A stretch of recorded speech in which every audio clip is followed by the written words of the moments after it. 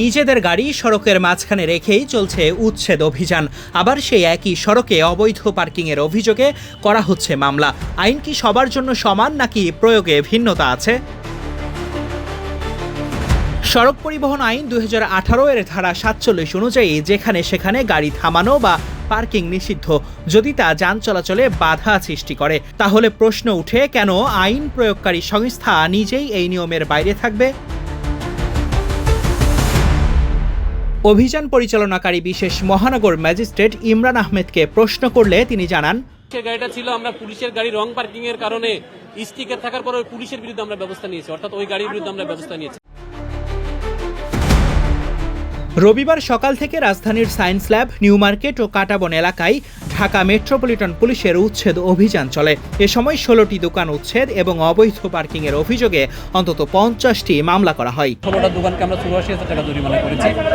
আমরা অবৈধ পার্কিং এর কারণে, অর্থাৎ যেখানে আমরা মালিক খুঁজে পাইনি, অর্থাৎ কোনো গাড়ি পার্কিং করা আছে কিন্তু কোনো মালিক নাই, তাদেরকে আমরা ভিডিও মামলা দিয়েছি। মোট 40টা ভিডিও মামলা দেওয়া হয়েছে। আর যে গাড়িগুলো আমরা পেয়েছি, গাড়ির মালিকও আছে, সেই মালিকগুলোকে আমরা স্লিপে মামলা দিয়েছি, পদ মেশিনে মামলা দিয়েছি 10টা মতো।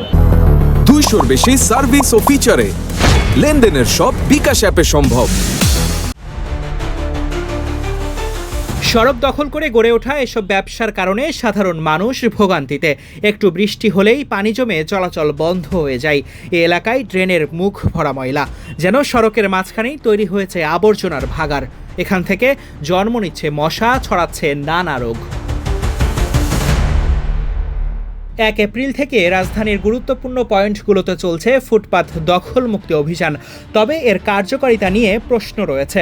অন্যদিকে সরকারের কাছে ক্ষুদ্র ব্যবসায়ীরা দাবি করছেন তাদের জন্য বিকল্প বসার ব্যবস্থা নির্ধারণ করা হোক, কিংবা বিনা সুদে ঋণের মাধ্যমে স্বাবলম্বী হবার সুযোগ দেওয়া হোক।